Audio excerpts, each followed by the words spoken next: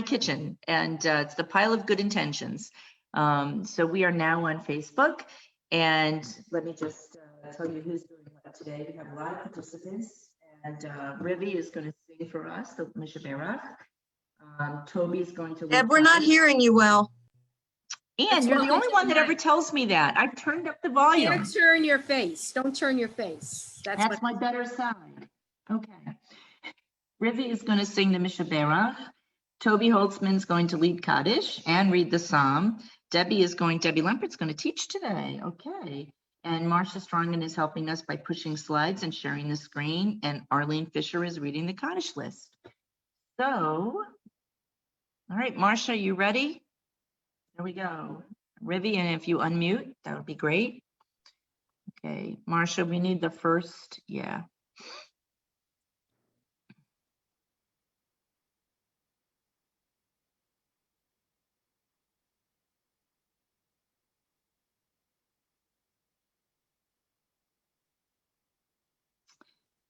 Okay, Toby.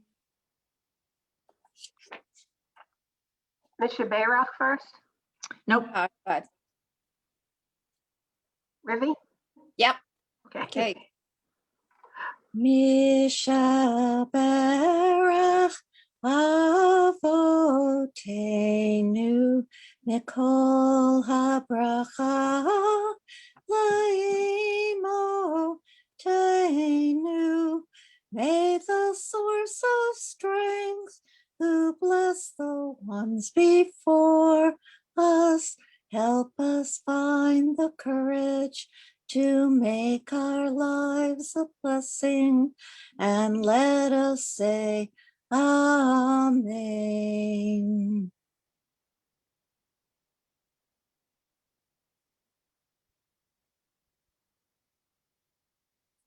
Mishaberach Imotenu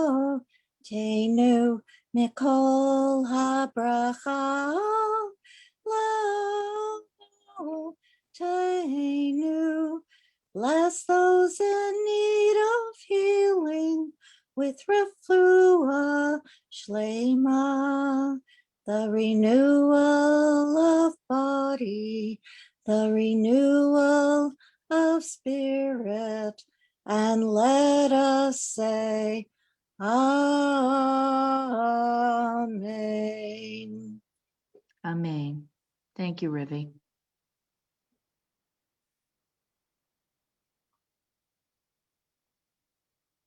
Psalm 93.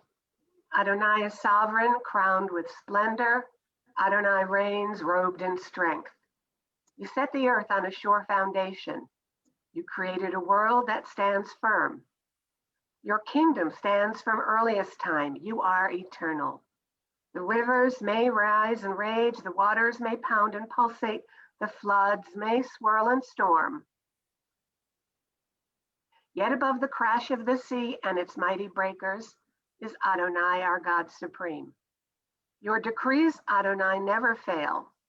Holiness befits your house for eternity.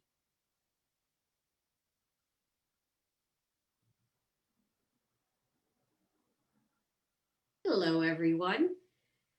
So this is a very short teaching, but again, as we learned, short doesn't always mean meaningless. So Pirkei Avot 4:11, Rabbi Yonatan liked to say, whoever fulfills the Torah despite poverty will ultimately fulfill it in wealth. But whoever neglects the Torah because of wealth will ultimately neglect it in poverty.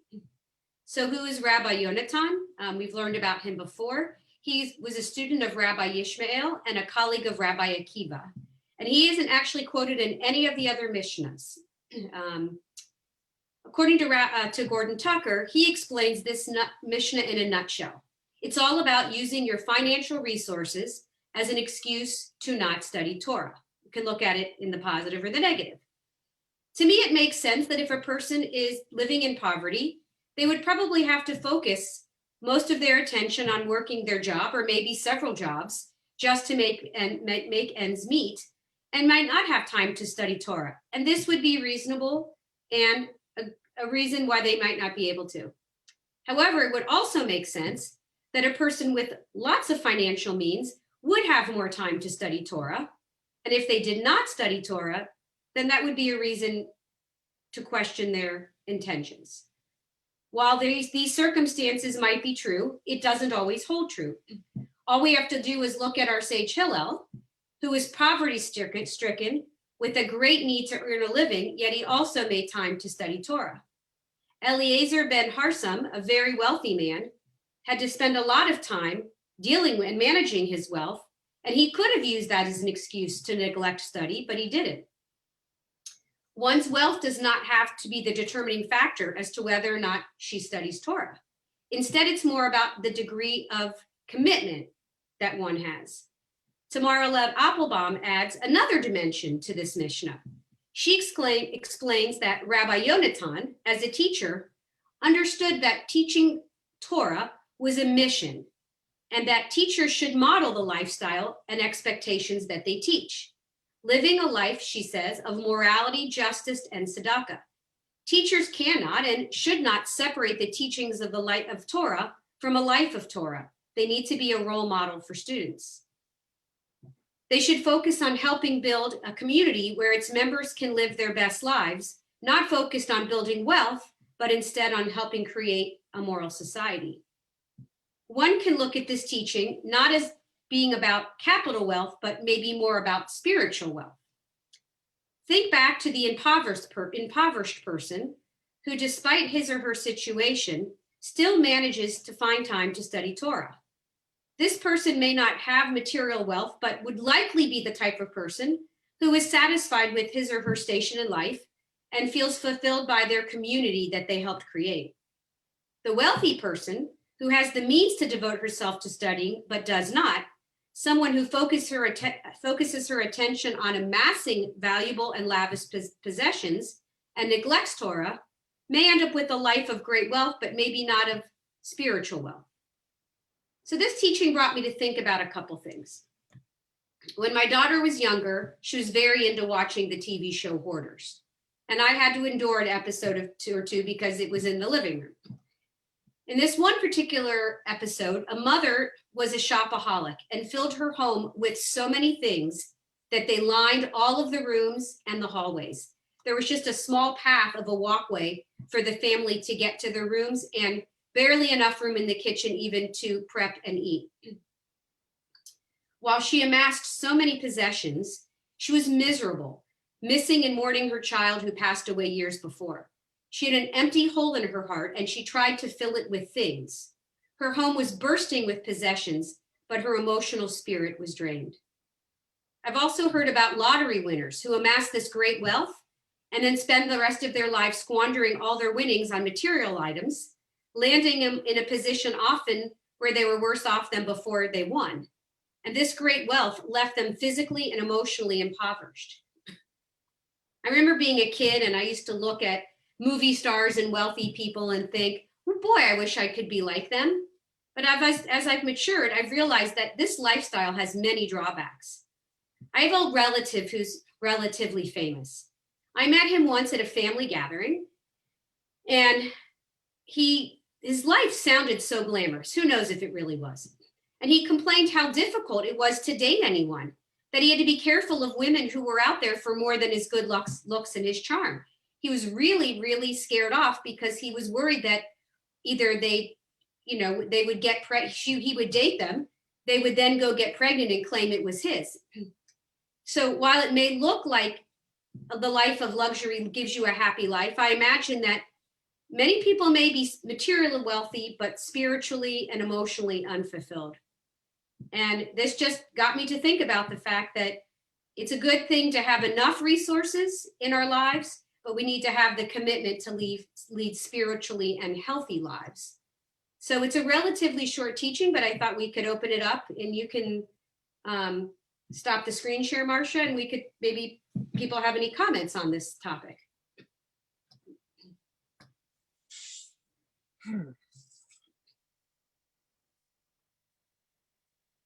Go ahead, Susan.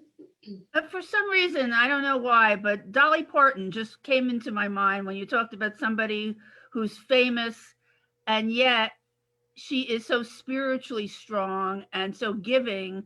The situation where she donated the money for the Moderna vaccine to be developed. So you have those examples, as well as, you know, the example, like you said, where people amass all this wealth and fame and fortune, and yet they're empty inside. So it can go both ways, I guess. I'll say, Thinking about, I don't know how many people listen to it, but Justin Bieber just has a new song, and it's called Lonely. And it talks about, you know, that he got rich and famous very young when he was a stupid kid and did a lot of stupid things, but he's really, really lonely. And I think that, you know, that happens to a lot of people who get famous really early and make it and make money. And they're just caught up with the glitz and the popularity and aren't able to develop good relationships with people and with God and with their spiritual side. I was going to piggyback on about Dolly Parton, because I was thinking about how many people who don't have much, a lot of poor people are sometimes much more generous than people who have a lot. And Dolly Parton did grow up very, very poor and didn't have anything. So I've known a lot of people who were, you know, much lower socioeconomic status, but they are so giving materially and of themselves. I work at a kosher food pantry, and one of my the recipients who receives the food, at times she'll hand me something and say, "Can you give this to the food pantry? I can't use it, but somebody else might be able to." And it's just, there's this, it doesn't really matter what your economic income is. It's the type of person I think that you are.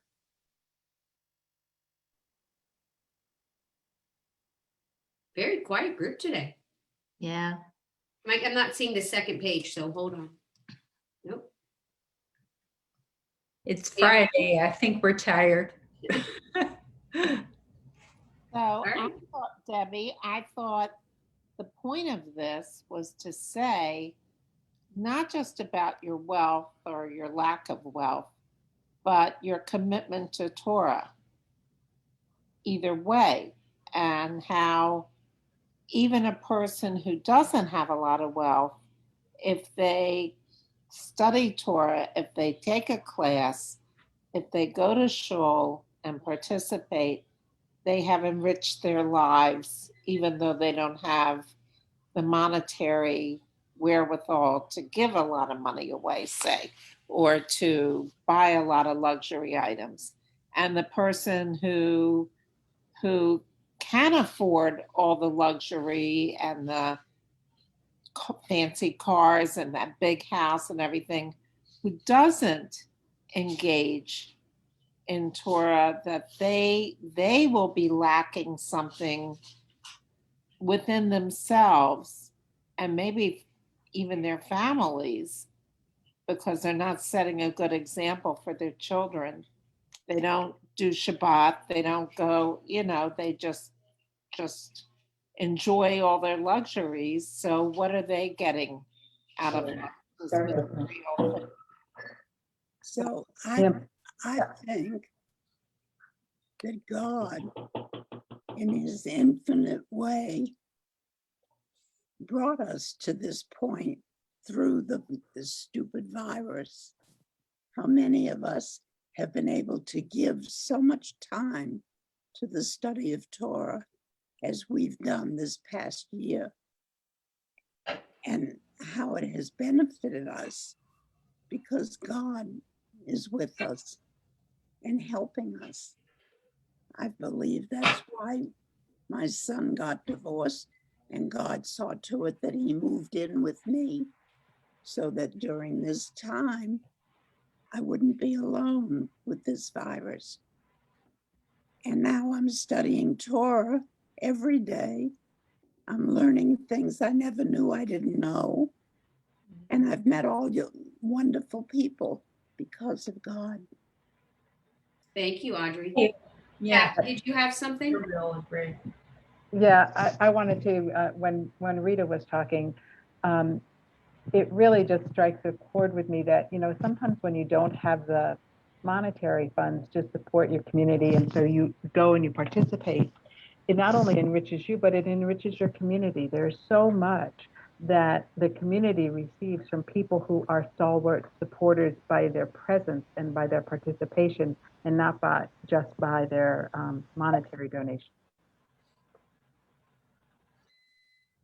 Just have to make sure that our spiritual piggy bank is also full. Any last comments before we move forward? I raised my hand. Sure. Oh, Andrea had her hand up and Paula had her hand all up. right, Andrea and then Paula. Oh, I was just going to say that I agree with Audrey about how, it was just so wonderful that God gave us this opportunity to study Torah and to enrich our lives and to make us wealthy spiritually, as you were saying. Thank you. Paula? It's one of the things that I used to teach my students when I was at Westminster. I mean, it seems a little late when you're in college, but I don't think it's ever too late. I said that the thing you should always look to do is to serve. And it's so important. When before the COVID, I had a part-time job that I almost set my own schedule for. And I always made sure I was free to do certain things. Well, then after COVID, I took a job that the schedule is much more structured.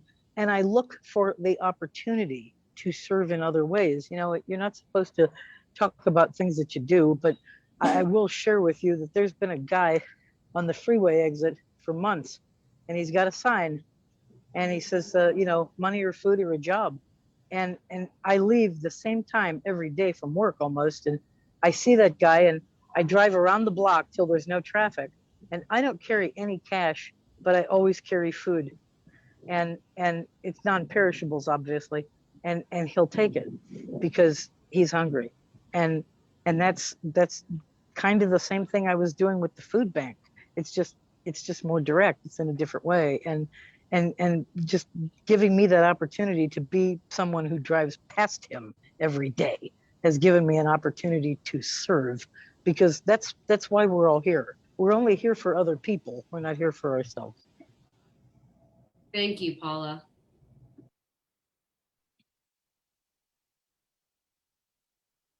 Anyone else? All right, we're going to take it away.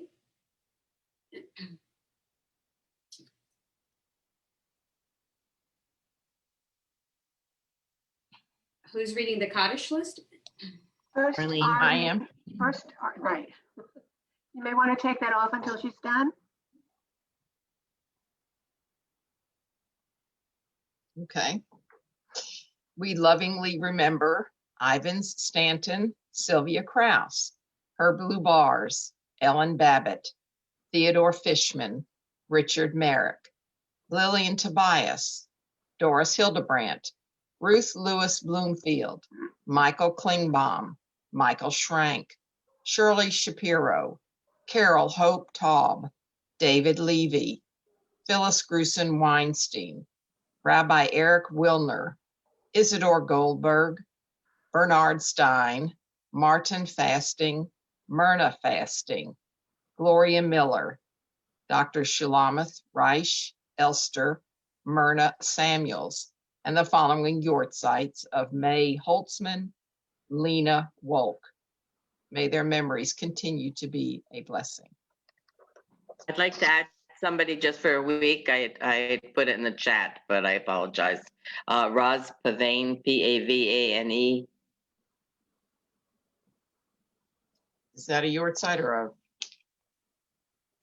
She said 1 week. She said 1 week. Please. She just died. She was buried yesterday. And her name? I'm sorry, I didn't catch it. Roz Pavane, Pavane. Okay. Thank you.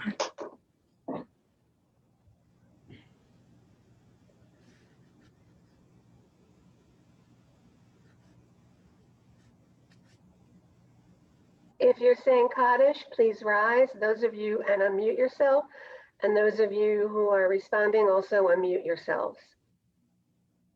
Yitgadal, the Yitgadash, Shemei Rabbah, the Alma, Pirkei, Yamlich, Malchutei, V'chayachon, Uvyomechon, Uchaye, Bechol Beit Yisrael, Ba'agala, Uvizman Pariv, Imru, Amen. Hey, Rabba, Barak, Amaya, Yitbarach, Yittabach, V'yitpa'ar, V'yitramam, V'yitnaseh, V'yitadar, V'yitaleh, V'yitalal, Shemei, Kusha, Ulechu, Elah, Min Kol, Tirchata, Shirata, Tushkata, Nehemata, Damiran, Alma, Imru, Amen.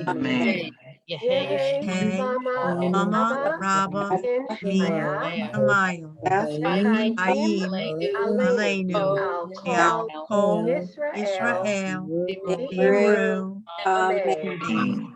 Oseh, Shalom, Imrama, Shalom, Aleinu, Al Kol, Israel, Imru, Amen. Amen. Thank you, everyone. And as our teaching taught us today, we're all very wealthy because we study Torah together in this very holy community. And it's amazing how every time we learn Torah, it just becomes more and more relevant to what we're doing every day and what's going on every day out there. So everybody stay well. I look forward to seeing you Sunday on Women's League Reads and through the week. Toby, yes? Yes, I just want to remind everybody that on Monday, we're having a special program. There won't be at Pirkei Avot. We're going to kind of have a commemoration. It will be the anniversary of our year of being together for COVID. So I hope you'll all join us then. Can I just do two other things? Go ahead, Toby. Thank you. Well, we have 6 minutes. As you know, we have some special things planned for you for the week of Passover. And one of them is a skit that we are going to be performing. There are a certain amount of parts available. I just put my email in the chat. If you are feeling thespianic, please send me an email and let me know that you wouldn't be averse to taking a part. Now there are a limited amount, so not everybody will get to have a part, but I don't want to pick randomly people who may not be interested or don't want to do that. And then one other thing, most of you know that I really hate talking about the shot and everything, because for people who haven't gotten it or haven't been having trouble getting an appointment, it creates a lot of stress and agita. But this happened yesterday, and it's important information for, well, my age group. So a friend had his second dose of the vaccine at the vaccination center, and afterwards he began to have blurred vision on his way home. And when he got home, he called the center for advice to ask if he should go see a doctor or be hospitalized because he was having trouble seeing. He was told not to go to a doctor or a hospital, but just return to the vaccination center immediately and pick up his glasses. Oh, that's hysterical. I thought you were going to say he's having a stroke or something. Toby, is that a true story? It's a joke. No, it's been on Facebook all week. Okay. I knew where you were going with that, Toby. So Monday, will we, just for information purposes, will we use the same Zoom that we always use. in Yes, yes, yes. And Yes, the same and the, time? for those who are interested, the parody is going to be on April 2nd. That's a Friday. Okay. Okay. Back to you, So- Deb. All Okay, right. guys, just so that you, us Canadians, I don't know about you in America, but we turn our clocks ahead on Saturday at Okay, 2 we do o'clock too. in the morning. Just gonna say that because I know that I'm attending 3 different events in Sisterhoods on Sunday, and it's driving me crazy between the time change between the West Coast, the East Coast, adding the hour, so we all know it's like spring forward, fall back. So it's spring forward. We're gonna move the clocks Yep. ahead. And everybody make sure you do that before you go to bed Saturday night, because it happens at 2 a.m. East Coast time. And please, if you have an event on Sunday in your sisterhood, just make sure that you have the timing right. You show up on time, especially if you're speaking like me, you want to make sure you show up. So I was going to say that. Thank you for that reminder, that public service announcement, Rivi. And yes, we do that in everywhere in the United States of America except Arizona. Aha. So we are not on time saving in Arizona. All right. I have a Um, question. Thank you, everybody, and have a wonderful, meaningful, peaceful Shabbat. Relax, take care of each other, take care of yourselves. And Audrey? Yes, I have a question first. The time on Monday is the same Same time. time, yes. Okay. Same And I time. want to tell Marion not to spring forward or fall back. Be careful when she's home. With that, I want to remind everyone, y'all come back Monday. All right. Shabbat shalom. See you then. Shabbat shalom, everyone. Shabbat shalom, Thank